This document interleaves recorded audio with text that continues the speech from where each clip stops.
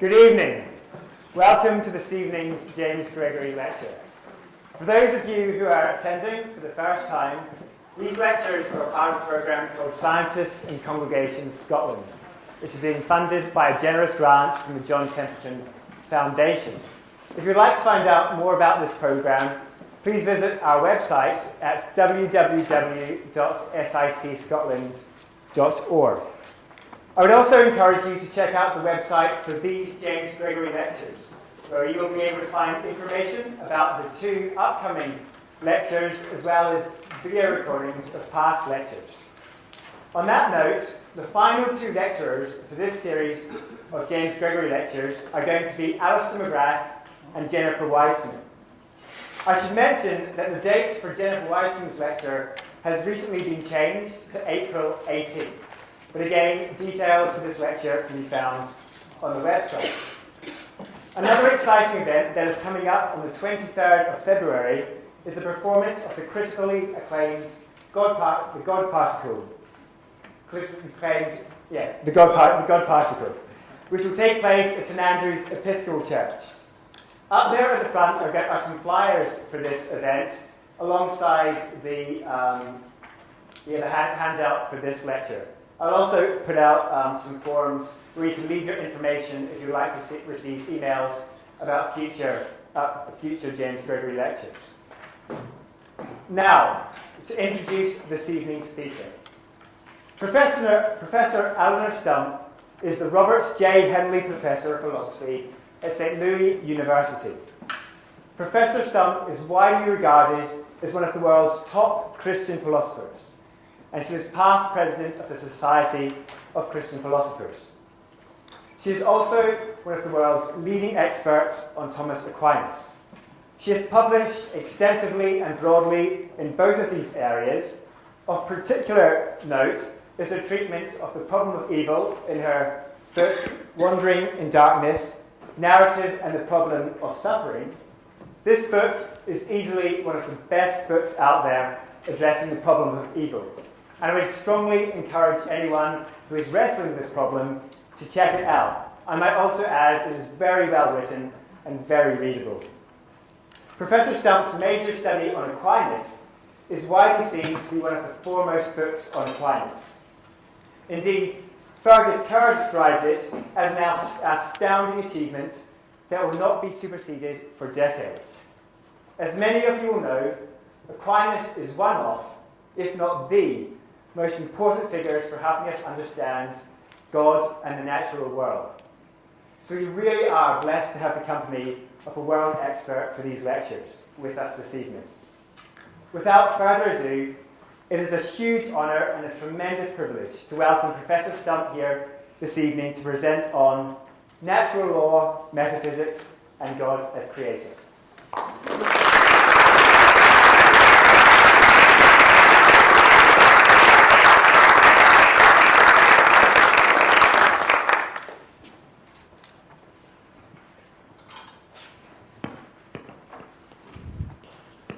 I'm very pleased to be here tonight, where I have old friends and I'm rapidly making new ones. I'm very grateful to Andrew Torrance for that introduction, and I'm very pleased to see all the good work that is being done here under the aegis of this Templeton grant and other grants as well. I look forward to seeing great things from St. Andrews in the years to come. I have a handout for this talk. I won't cue you to the handout. I'll just leave it to you to find the parts that are helpful on the handout as I go along. Trying to summarize the view of the world given by the secularist appropriation of science, now common in Western culture, Simon Blackburn describes things this way. He says, "The cosmos is some 15 billion years old, almost unimaginably huge, and governed by natural laws that will compel its extinction in some billions more years. Although long before that, the Earth and the solar system will have been destroyed by the heat death of the sun.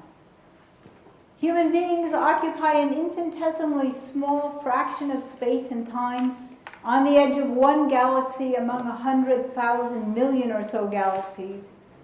We evolved only because of a number of cosmic accidents. Nature shows us no particular favors. We get parasites and diseases and we die. And we are not all that nice to each other. True, we are moderately clever, but our efforts to use our intelligence quite often backfire. That, more or less, is the scientific picture of the world. I'm going to call a view such as this a secularist scientific picture, or SSP for short, to distinguish this view from a mere summary of contemporary scientific data. It remains a widely held picture of the world, even though, as I'm going to show in what follows, research in various areas is making inroads against some parts of this view. On SSP, as I will understand it for purposes of this lecture, the natural laws Blackburn refers to are typically taken to be the laws of physics, and all other laws are supposed to be somehow explainable in terms of the natural laws of physics. All things in the world are thought to be reducible to the fundamental units of matter postulated by physics and governed by the natural laws of physics. One important presupposition of SSP is a metaphysical rather than a scientific principle. As philosophers would put it, the principle that constitution is identity. That is, for anything made out of parts, that thing is identical to the parts that are its constituents. There is nothing to a whole other than the sum of its parts. And of course, the same holds for each of the parts. Each part is also nothing more than the sum of its parts, and so on down to the most fundamental level. Ultimately, everything is identical to the most fundamental parts that constitute it. On SSP, these are the elementary particles governed by the natural laws of physics. The metaphysics incorporating the principle that constitution is identity is one version of reductionism. As one philosopher, Robin Hendley, puts it, the reductionist slogan is that X is reducible to Y just in case X is nothing but its reductionist base Y. The appeal to reductionism of this sort was greatly enhanced by scientific developments in the 20th century, especially in molecular biology and genetics. Describing the growth in adherence to reductionism in consequence of these scientific developments, Cynthia and Graham MacDonald say this. They say, the use of chemical theories in all these developments in biology was crucial, suggesting that biology was reducible to chemistry and thereby to physics, given that the reducibility of chemistry to physics was thought to have been demonstrated by the physical explanation of chemical bonding. The major trend in all of this scientific work was to explain processes at the macro level by discovering more of the detail of microprocesses. So reductionism looked to be an eminently suitable research strategy. Reductionism of this sort is often thought to rest on another metaphysical claim as well, namely the claim that there's causal closure at the level of physics. That is, apart from quantum indeterminacy, it seems to some people that there's a complete causal story to be told about everything that happens, and that complete causal story takes place at the level of the elementary particles described by physics. On the view of natural laws in SSP, then, any causality found at the macro level is just a function of the causality to be found at the micro level of physics. Because on this view there's causal closure at the lowest level, the causal interactions among the fundamental particles of a thing are not open to interference by anything which is not itself at the most fundamental level and governed by the natural laws operating on that level. Everything that happens at any higher level, from the chemical to the psychological, happens as it does just because of the causal interactions among the fundamental physical particles involved. So, for example, any act of a human being is explained by events at the level of bodily organs and tissues. These are explained by events at the level of cells. These are explained by events at the level of molecules. These are explained by events at the level of atoms, and so on, down to the lowest level at which there are the causal interactions among the elementary particles postulated by physics and governed by the natural laws of physics. The causal interactions of things at this lowest level thus account for everything else that happens, including those things human beings do.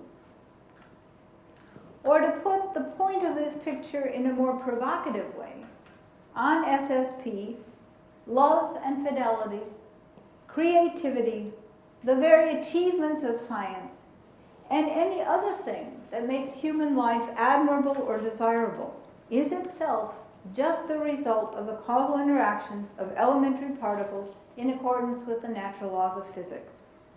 Every human act is determined by the causal interactions of elementary particles governed by these natural laws, and even the belief that SSP is correct is so determined. SSP has so strong a hold on some contemporary philosophers that they see no alternative to holding that all mental states are causally determined by the physical states of the brain, which are in turn causally determined by causal interactions at that very lowest level. To philosophers in the grip of SSP, libertarian free will can seem impossible, since neural states are part of a causal chain that is determined by causal interactions at the level of the microphysical, and there's causal closure at that lowest level.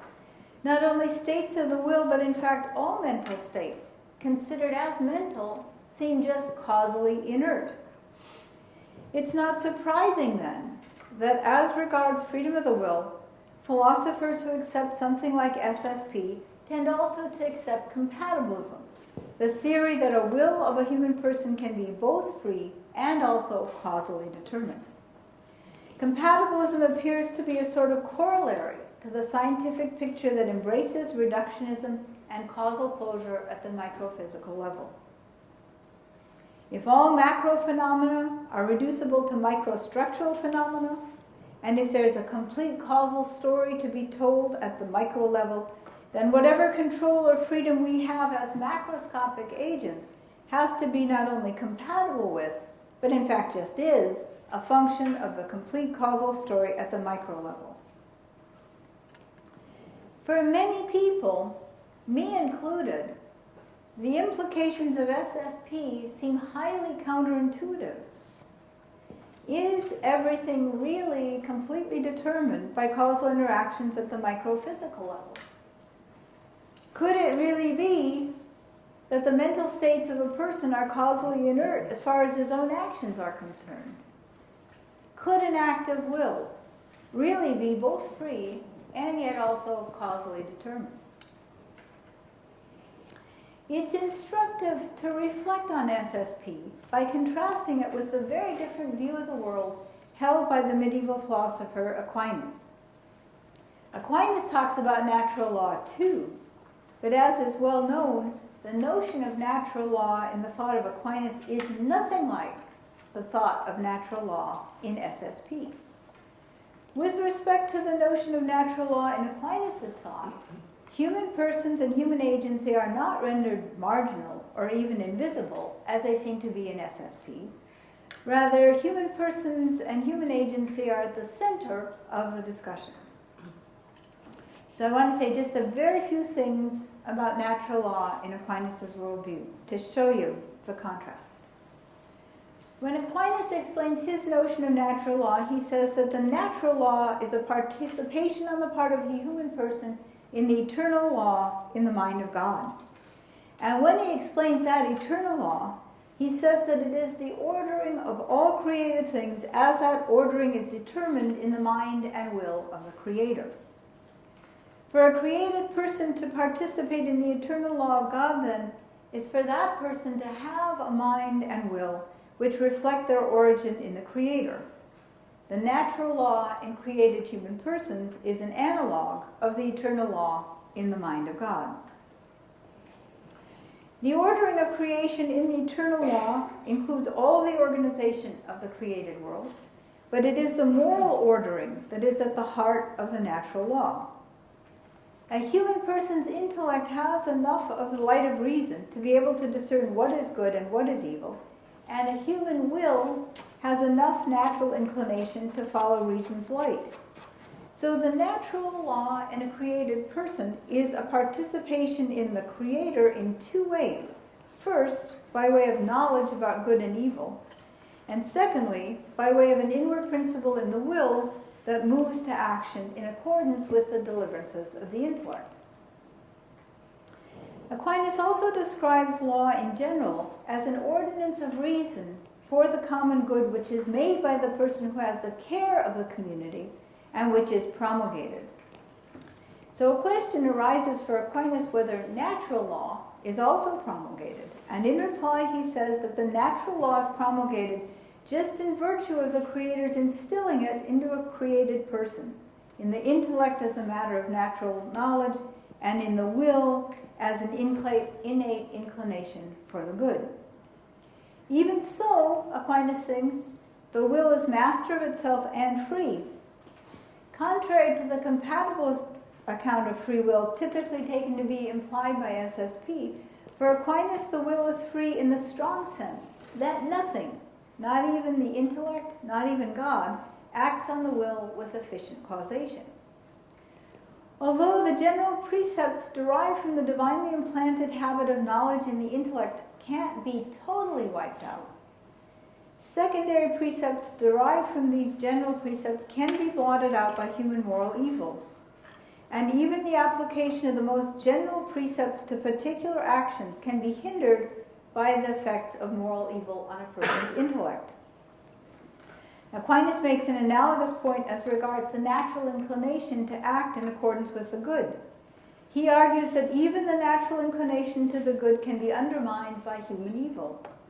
In the wicked, not only is the natural knowledge of the good corrupted by the passions and morally evil habits, but also, he says, the natural inclination to virtue is corrupted by the habits of vice. So one way to understand Aquinas' account of natural law is that for Aquinas, natural law is a gift of the Creator to human persons he's created. It consists in a pair of habits, one in the will and one in the intellect, which is given to human beings either by means of the innate light of reason or through the Creator's revelation of his own mind to his creatures.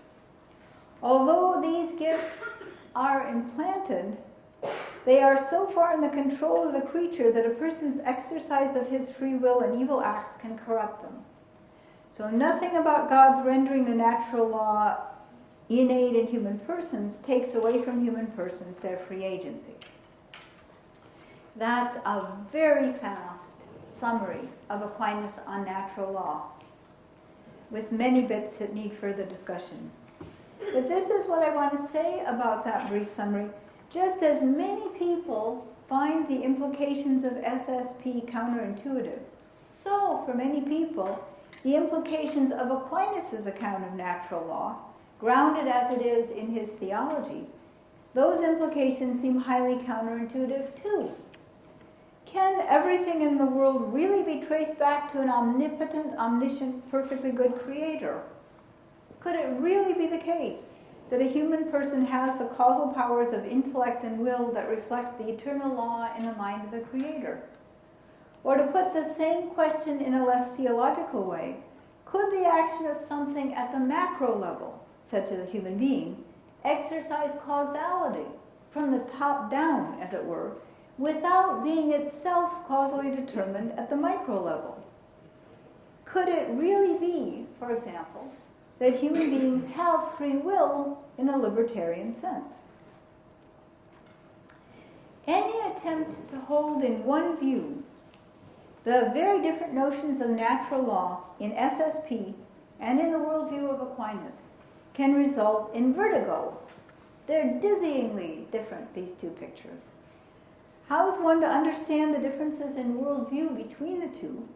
And how could one even begin to adjudicate their competing claims or the competing accusations of being counterintuitive?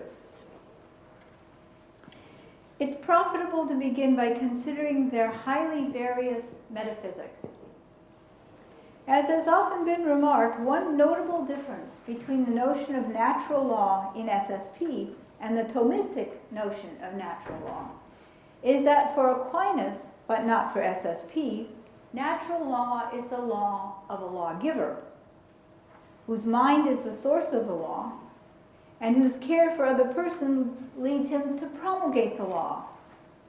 On the view of natural law in SSP, by contrast, the whole notion of law is only metaphorical.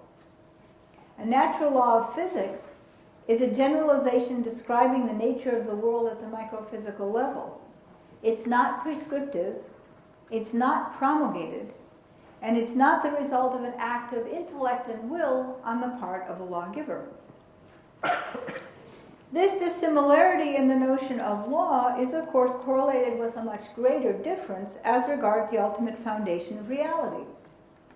On SSP, the ultimate foundation of reality consists in those elementary particles described by the ultimately correct version of contemporary physics and by the causal interactions among them governed by the natural laws of that completed physics. And everything else that there is reducible to the elementary particles composing it.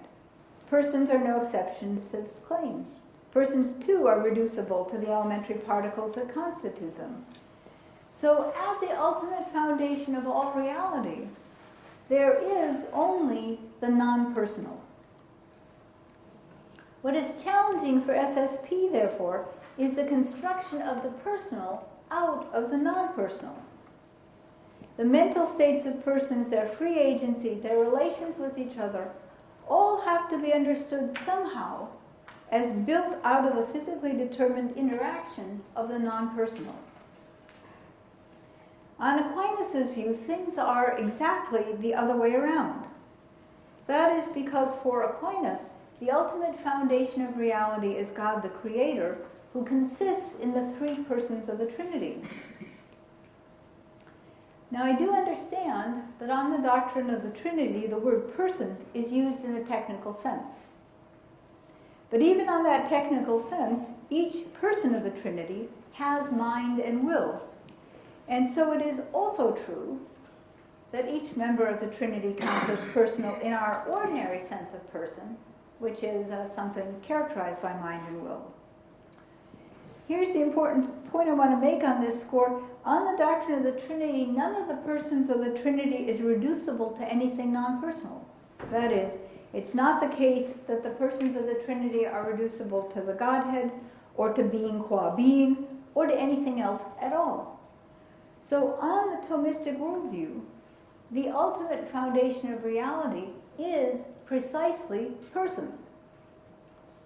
It wouldn't be hard, I think, to trace the notable differences between SSP and Aquinas' worldview, as implied by their differing notions of natural law, back to the great dissimilarity in their metaphysical views regarding the ultimate foundation of reality. But given this radical difference between SSP and the Thomistic worldview, as regards such foundational matters, is it so much as possible to reason about their competing claims? Of course, people who are very much in the grip of SSP might suppose that there's no point in trying to do so. For them, an evaluative comparison of the two differing pictures of the world isn't worth the effort. The Thomistic view of the ultimate foundation of reality is no longer a live option. And no doubt, those committed to a Thomistic worldview return the compliment as regards SSP, which is not a live option for them either. Nonetheless, even in the face of this great divide, I want to see what can be done by way of an evaluative comparison. And I want to do so without addressing the question of the existence of God. The recent history of philosophy makes us pessimistic about the prospects of success when it comes to arguing with each other over the existence of God. But even if that weren't so, it's clear that it wouldn't be profitable in a short lecture like this to tackle a disagreement of that magnitude head-on. Nonetheless, it is possible to say something to evaluate these two differing worldviews with regard to one somewhat smaller metaphysical issue, and that is the issue of reductionism. The brief sketch I gave of Aquinas' views make it clear that Aquinas' metaphysics is incompatible with reductionism, unlike SSP, which is committed to it. As I explained at the outset of this lecture, reductionism has come under increasing attack in recent years, in science as well as in philosophy. In what follows, I'm going to sketch just a little of this attack, and I'm going to argue that the rejection of reductionism it supports is correct. And then I won't argue, but I will only suggest that such a rejection of reductionism is much more at home in a worldview such as that of Aquinas, which sees the ultimate foundation of reality as personal. So let's have a look at reductionism. Although reductionism comes in many different forms, they share a common attitude. Reductionism holds that ultimately all scientific explanation can be formulated in terms of the microstructural. That's one reason why reductionism is often taken to imply a commitment to causal closure at the microphysical level. One way to understand reductionism, then, is that it ignores or discounts the importance of levels of organization. Levels of organization is the way we talk today.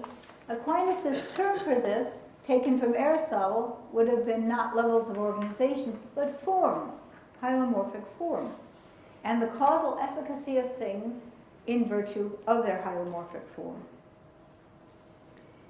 This feature of reductionism, that it ignores levels of organization or form, this feature helps explain why reductionism has come under special attack in philosophy of biology. Biological function is frequently a feature of the way in which the microstructural components of a thing are organized, not of the intrinsic properties of the microcomponents themselves. Consider proteins, for example. Proteins tend to be biologically active only when folded in certain ways, so that their function depends on their three-dimensional structure. But this three-dimensional structure is a feature of the organization of the protein molecule as a whole.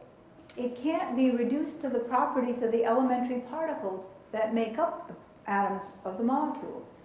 In fact, for large proteins, even an omniscient knowledge of the properties of the elementary particles of the atoms that comprise the protein wouldn't be enough to predict the structure of the folded protein, because the activity of enzymes is required to catalyze the folding of the components of the molecule in order for the protein to have its biologically active role.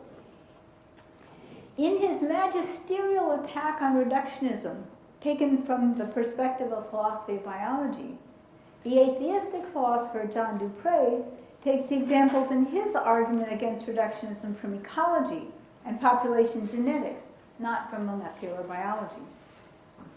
He summarizes his rejection of reductionism this way. He says, on reductionist views, events at the macro level, except insofar as they are understood as aggregates of events at the micro level, that is, as reducible to the micro level, they're causally inert. But there are genuinely causal entities at many different levels of organization, and this is enough to show that causal completeness at one particular level, the micro level, is wholly incredible. In philosophy of science, as Dupre's remarks illustrate, arguments against reductionism have frequently been directed against the possibility of reducing the biological to the physical.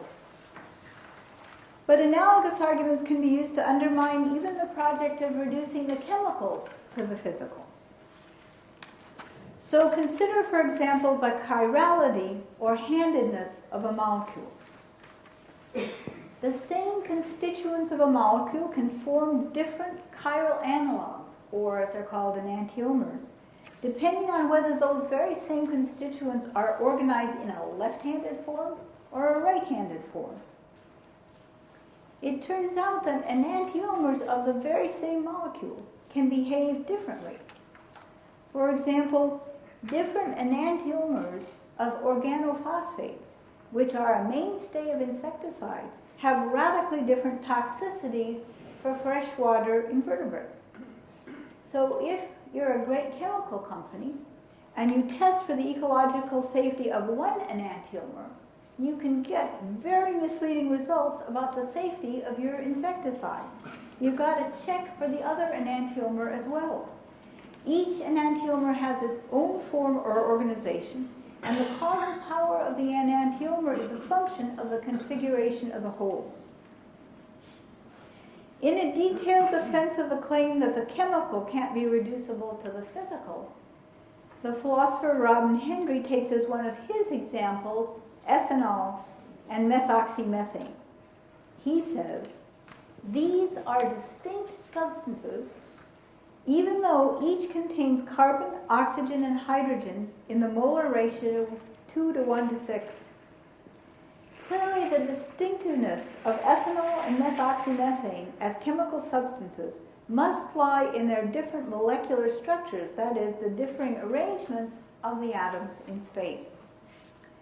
Discussing another of his examples, hydrogen chloride, Hendry says, if the acidic behavior of hydrogen chloride is conferred by its asymmetry, and the asymmetry is not conferred by the molecule's physical basis according to physical laws, then ontological reduction fails because the acidity is a causal power which is not conferred by the physical interactions among the parts.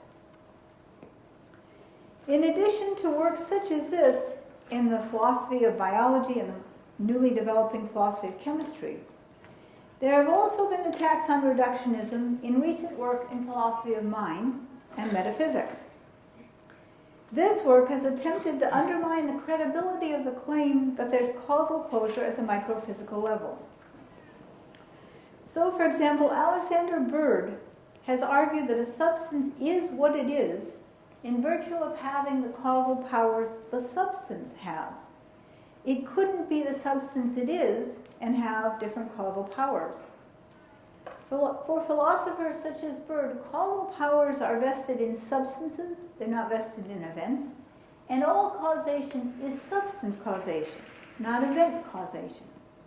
The constellation of the properties of a substance is another way of picking out what Aquinas would see as the form of the substance.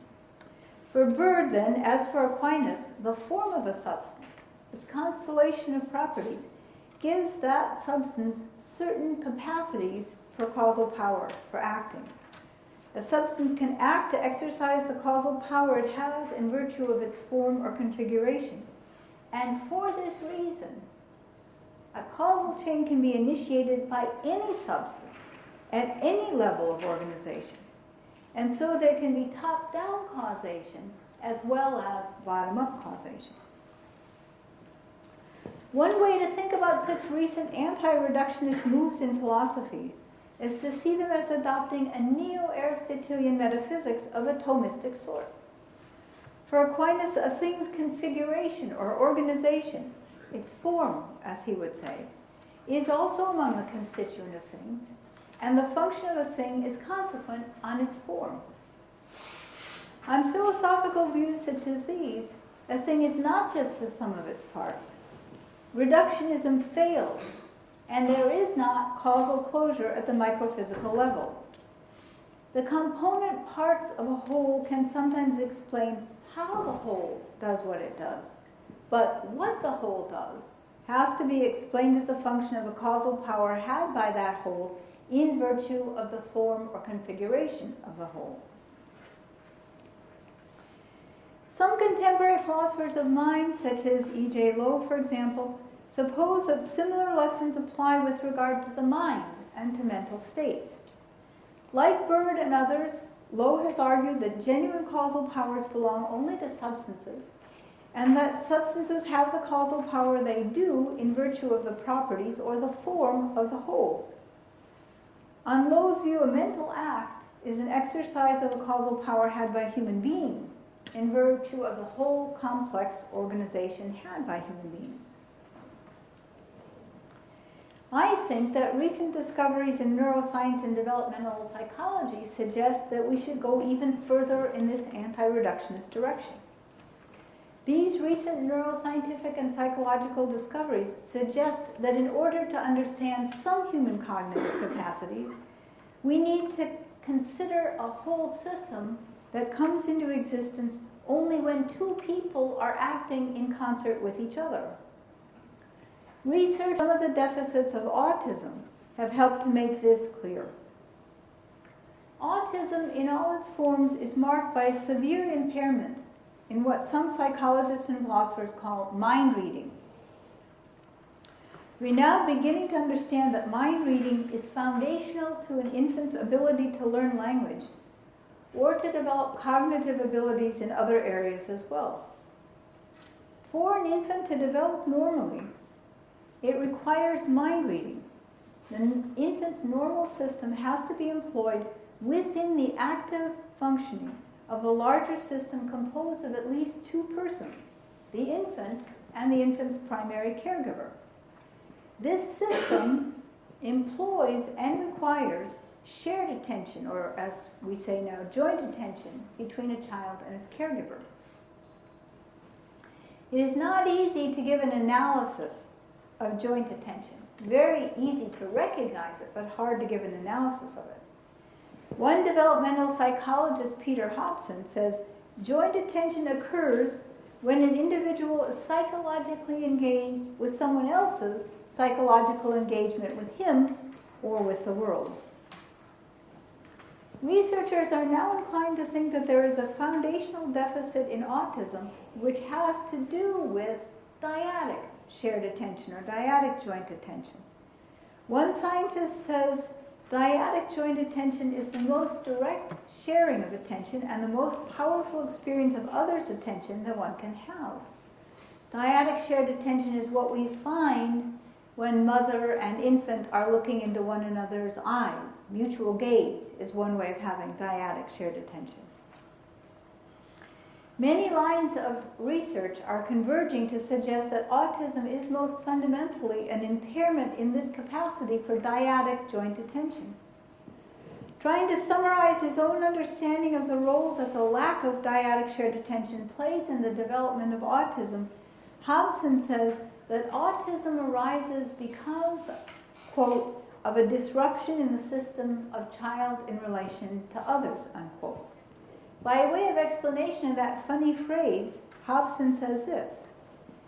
He says, my experience as a researcher of autism has convinced me that such a system of child in relation to others not only exists, but also takes charge of the intellectual growth of the infant.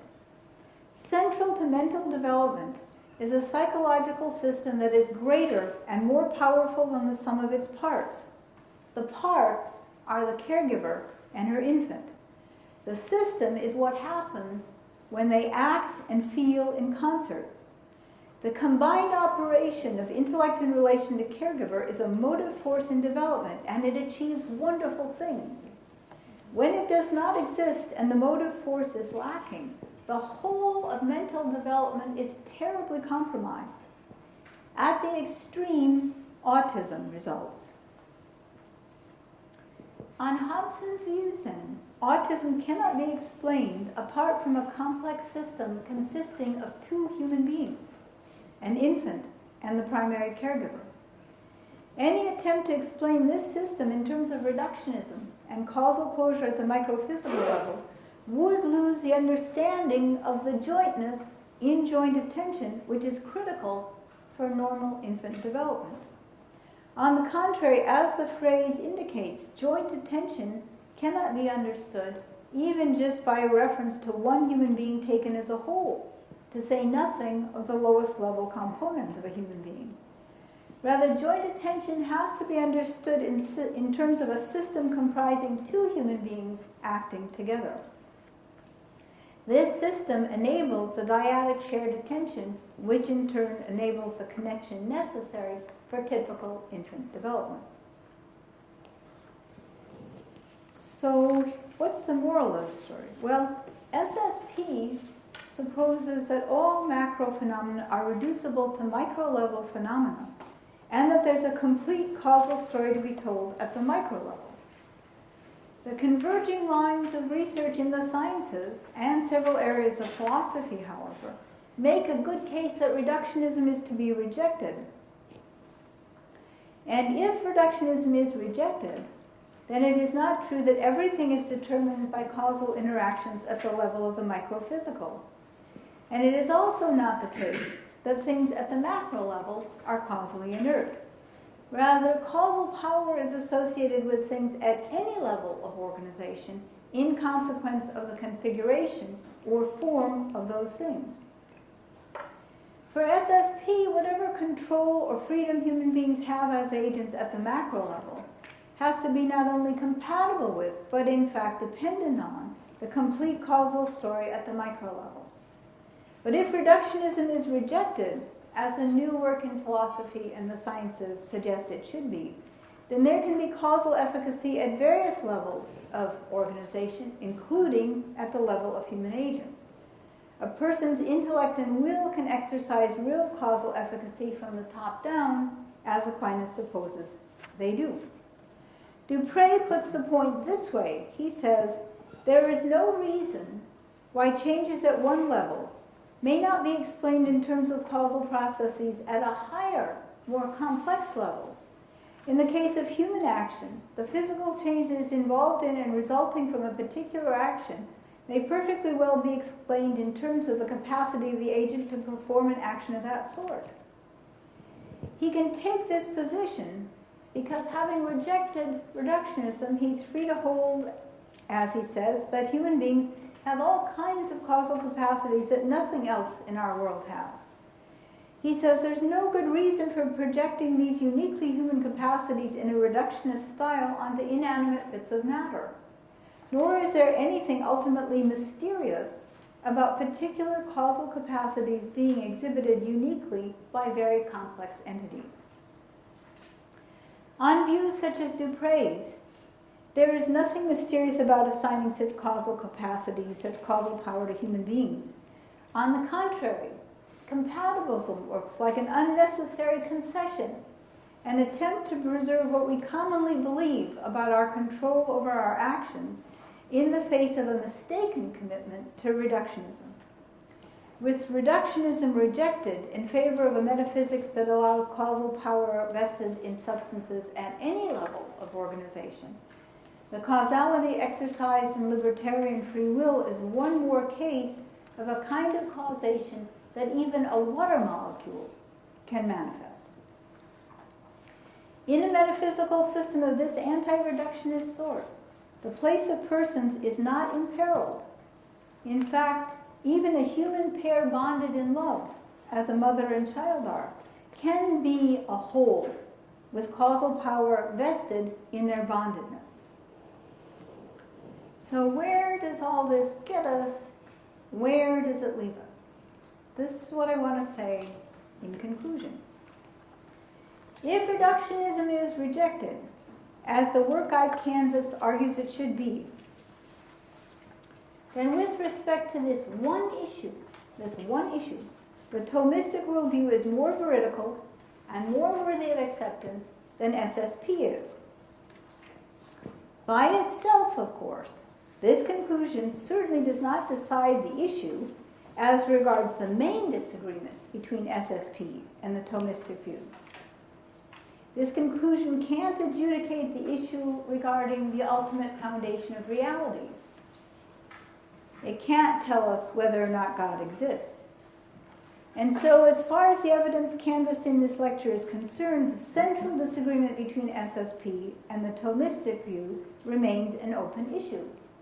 It is clearly possible to reject reductionism and also accept atheism.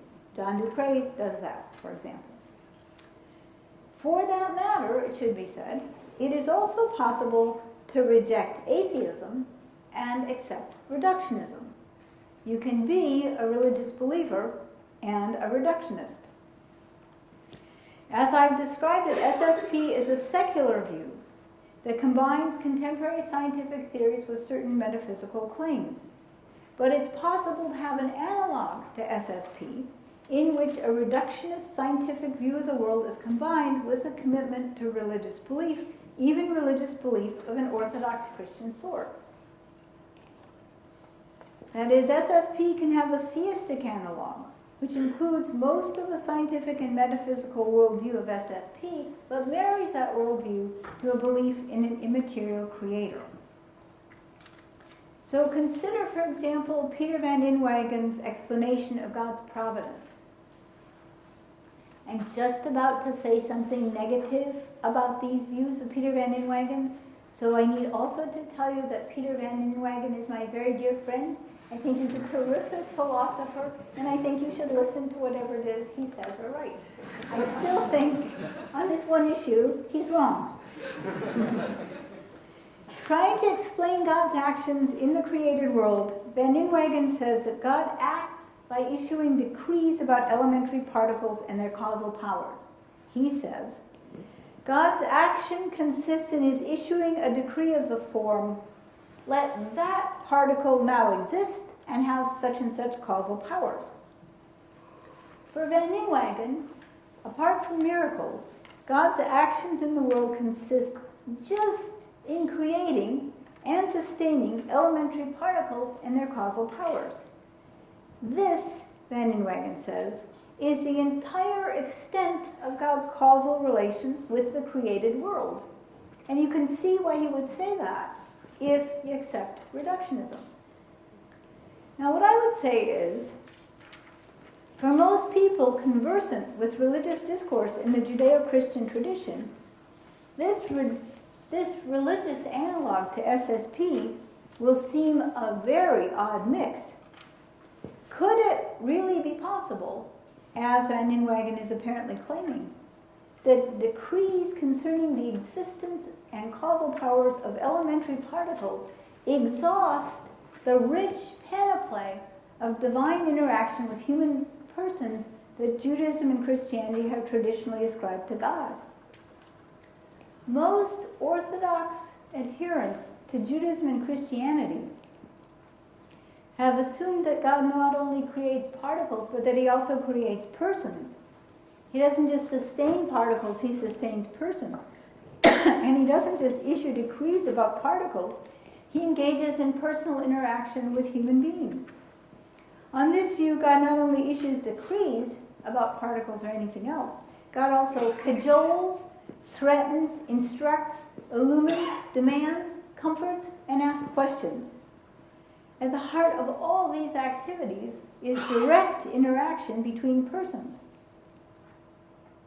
Even if all of that and more could be reduced to decrees about particles, the reduction would have lost the very personal connection that in both Judaism and Christianity has been the most important element in relations between God and human persons. For van Inwagen, God interacts directly with particles and thereby indirectly with human persons. Most religious believers have supposed that God acted directly, at least sometimes, with human persons. So what I want to say is that for these reasons, reductionism doesn't fit well with theism. I'm not saying it's incompatible with theism. My point is only that there's something awkward or forced or implausible about reductionism and a theistic worldview. It isn't natural there, you might say. On a worldview that takes persons to be the ultimate foundation of reality, reductionism to the level of elementary particles is not really at home. And here's my point. Here's my point in conclusion. One more paragraph and I'm done. By the very same token, it seems to me that the rejection of reductionism is harder to square with a worldview in which the ultimate foundation of reality is impersonal. Here, too, the issue isn't the compatibility of these two positions. I'm not claiming that the rejection of reductionism is incompatible with a worldview in which elementary particles are foundational. The point is rather this. The rejection of reductionism leaves room for the place our ordinary intuitions accord persons in the world. But to me, at any rate, the metaphysics that gives persons this place is much easier to understand and make sense of on a worldview that sees persons as the ultimate foundation of reality. Figuring out how to make this metaphysics cohere with the picture Blackburn paints, even if we subtract reductionism from that picture, strikes me as much harder to do. So that's my conclusion. With that, I'm done. Thank you.